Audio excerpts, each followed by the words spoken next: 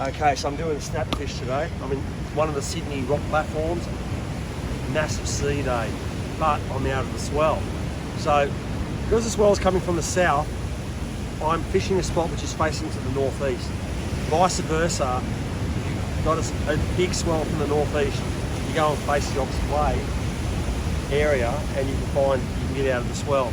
But it gets a bit tricky, right? Okay, so only do it if you understand swell direction, where your ledge is facing as well. So please don't try this unless you understand it properly. Anyway, snapper fishing today, distance casting and wash fishing. Stay tuned and I hope I can entertain you.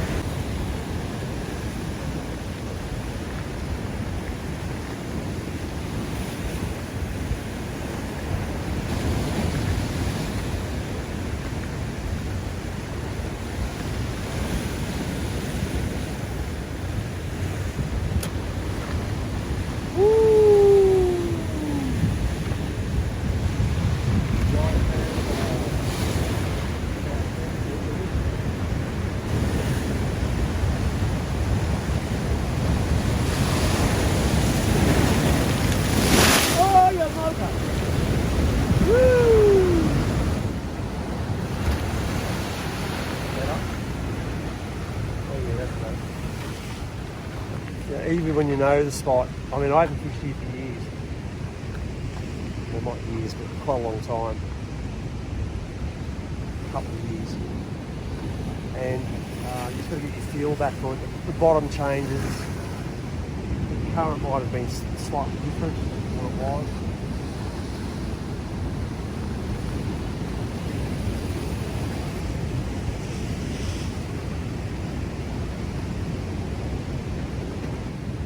Using a different distance casting outfit today. It's 13.5 foot. I normally use my 15 foot rod, 7177. This is a live fibre, 7 to 15 kilos, so it's a good rod.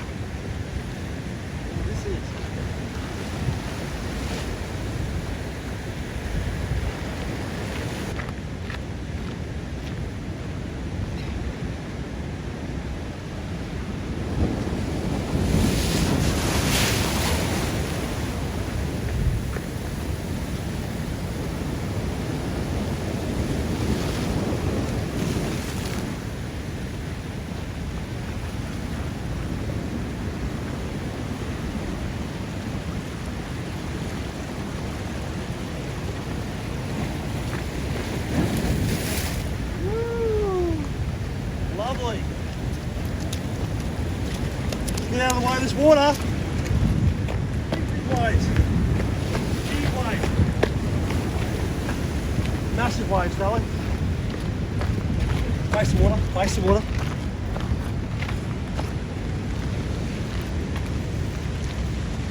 I'm just gonna wait for these sets to come through. Just watch these sets.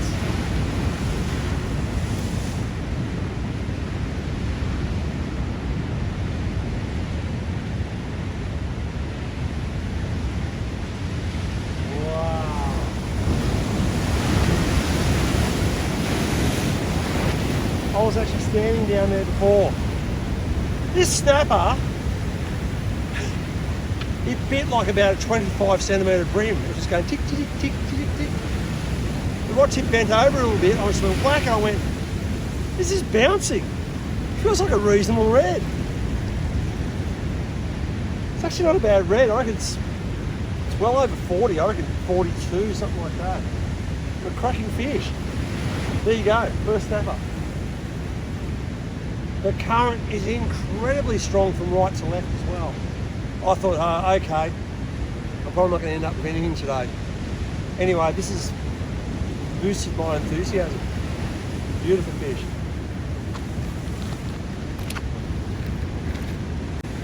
Okay, just measured that up. It was 41 centimetres. Not bad.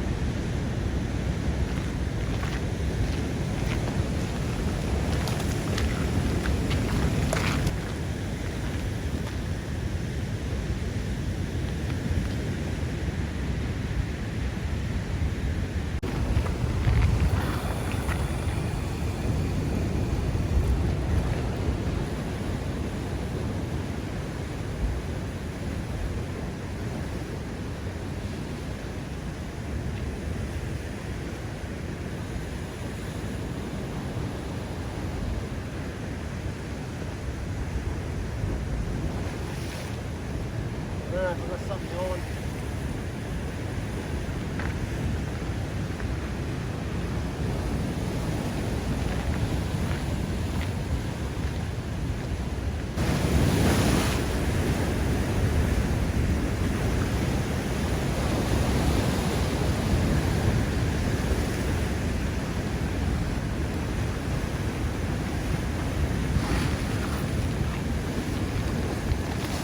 I didn't feel any bites, so I thought, what can it be? So I didn't feel any bites, and I started winding in this heavy weight. I thought, what is it, like a bottom grub of some sort? What it was a big stick, reeds and stuff, and I lost most of it. So that's why my rod was bending over a fair bit, and that's the remainder of it.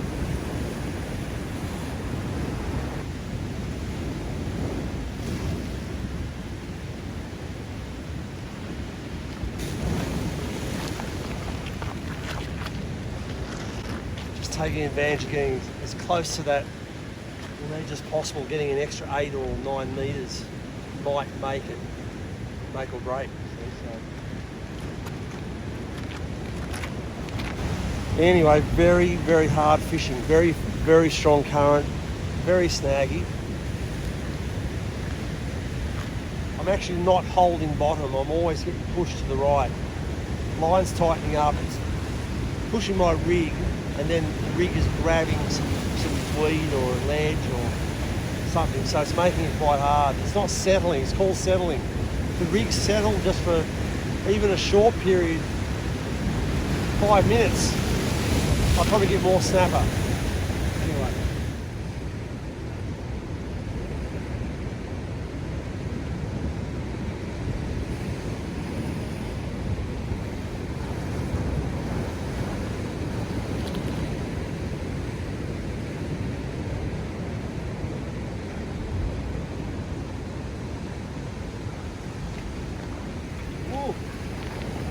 Bounce then.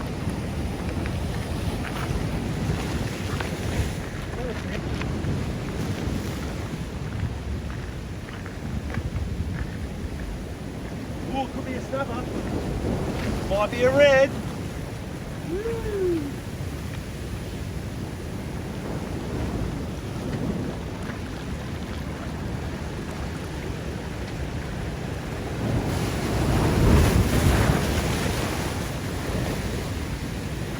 It's a good red.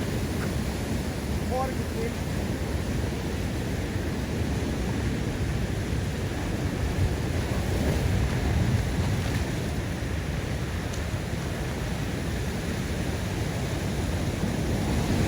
Oh, nice.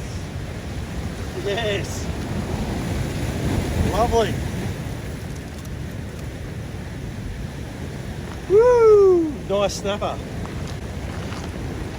Get up here, eh?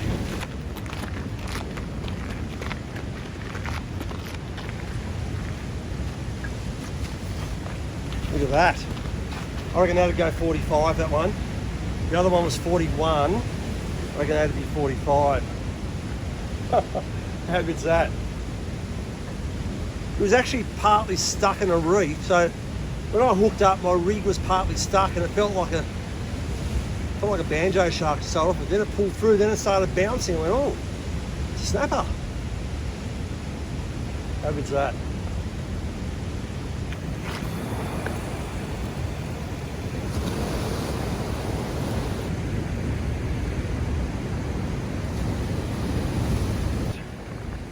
There you go, I've got 2 snapper now, one about, I didn't measure the second fish, I reckon it'd be around 45, and the first one was 41, so pretty happy, good, been worthwhile.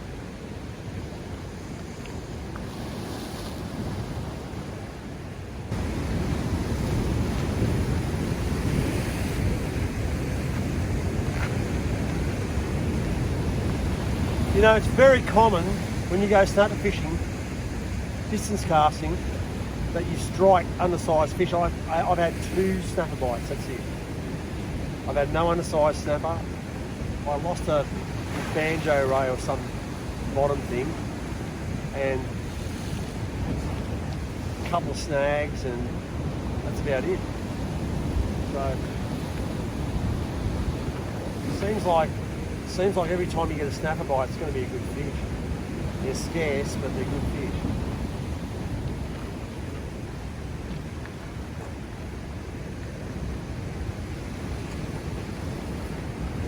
So because it's so snaggy as well, I don't want to dare move around the rig too much.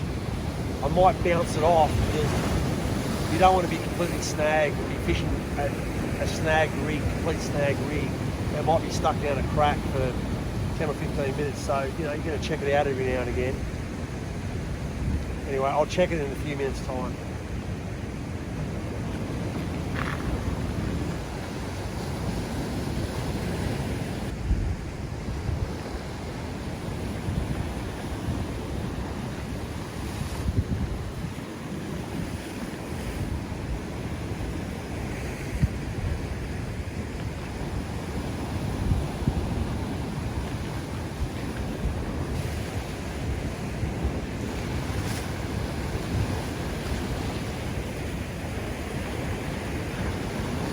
That'll bite something.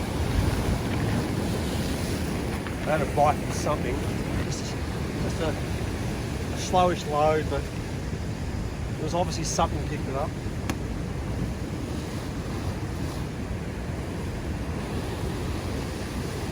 Oh, this big squid head.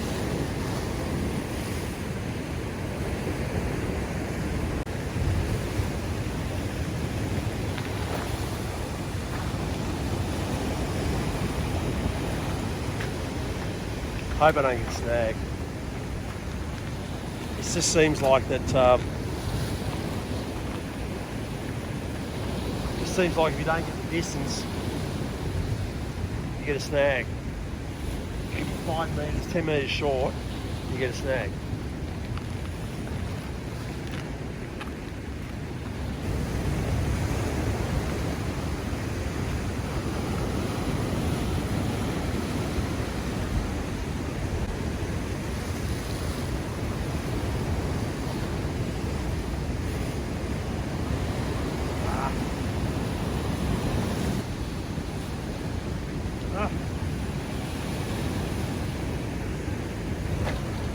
Another snag.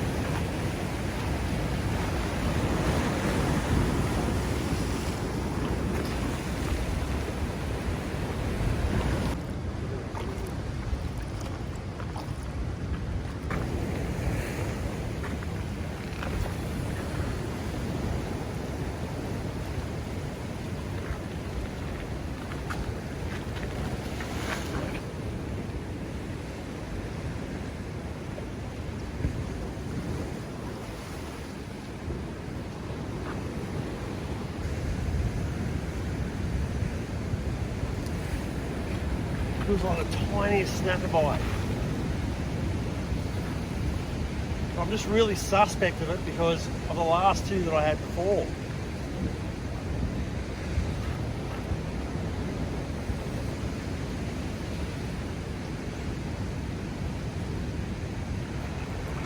Here we go.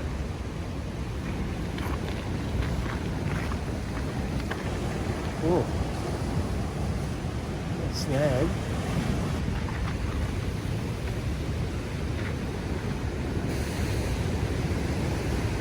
I know I had a snapper bite. I just struck it and I had a couple of lines on. Here we go. It's actually stuck in weed. I can feel it bouncing around. Stuck in weed or over a ledge or something. So I think my line was already snagged, my rig was snagged, and a snapper picked it up.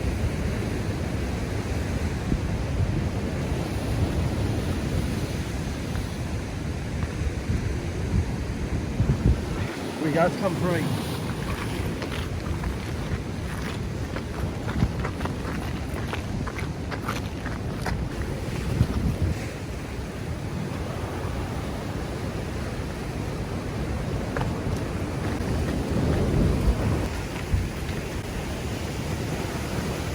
Nice plating.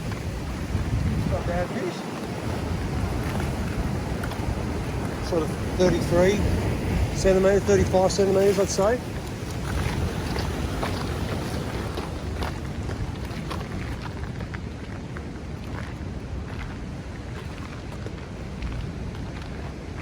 Not a bad plating. Be at least 35, I'd say. Probably more, probably 37 even. You. Excellent. I'm going to check this rig out because we've got snagged.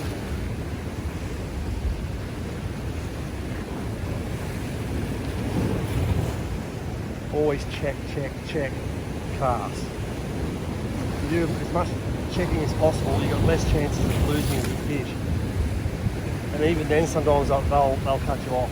But if you check often, you've got less chance of losing a fish.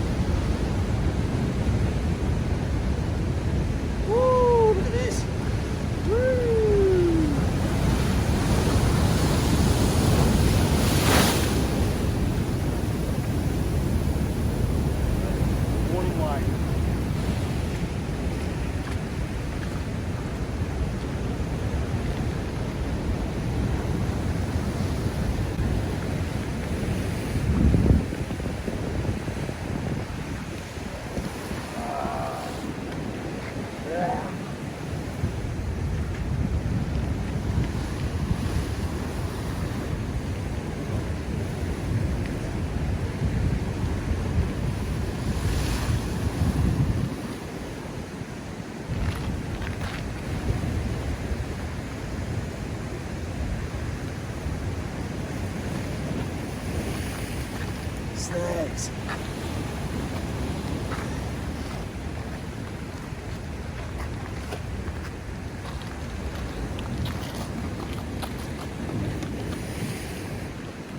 Some spots it's very snaggy. This one here is just very snaggy today. As I said earlier on, it's the bottom's changed. So the sand's been pushed off it. The cracks are exposed, and when the cracks in the ledges get exposed, they grow weed, and they grow weed, which means there's more structure, there's more things for the line to get snagged on. Okay, so the cracks are exposed, so your rig falls down a crack. Okay, so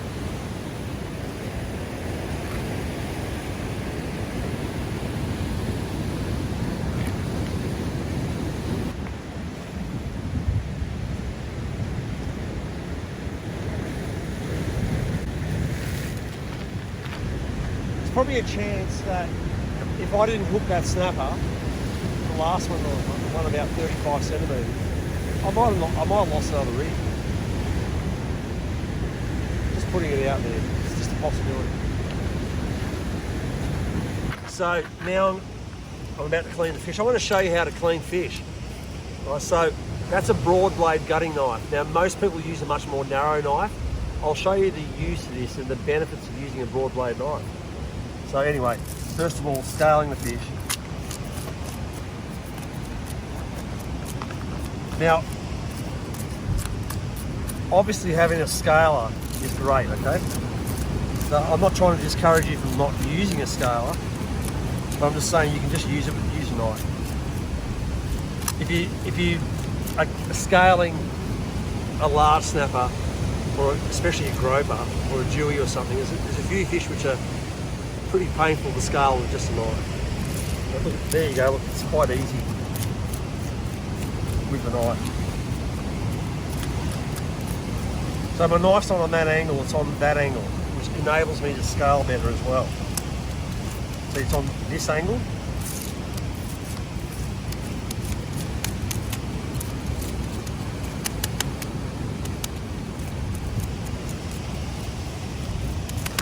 Oh, by the way, I actually cut the fish's throat there before as well too, beforehand, to bleed them, okay? See how easy the scales come off? Now, if the scales don't come off, it might be because they're dry.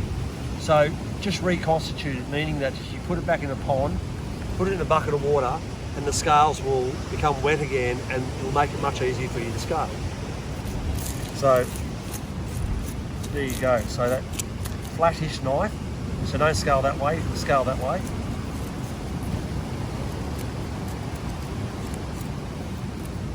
Okay, so now that's disconnected there. The back of the gill, front of the gill, straight down here. And now the cutting blade now becomes a scraping blade to scrape it straight out. There you go. There's your gutted fish. I'll show you that again.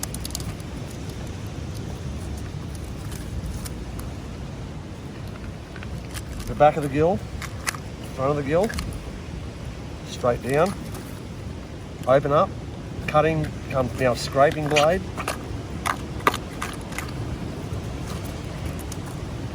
Also, if you got fish that are hooked deep, make sure you get the your hook back out, because when you throw the guts back in, sea creatures that actually eat the guts will end up with a hook in their stomach. So, back of the gill, front of the gill, straight down, open, and just scrape straight out. Done.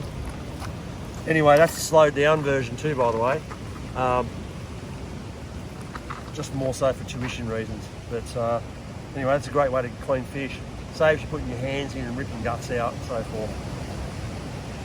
Anyway, so what a bag of fish. Rough seas. How good's that? Seas are ginormous today. They're up to about at least 4 metres. But I found a spot that was safe enough to fish. Now, I'm not encouraging you to go out and fish really rough seas. But if you do decide you want to go and fish rough seas, please have a lot of know-how about rock fishing before you go and attempt it. Wean yourself into rock fishing rather than going fishing rough seas.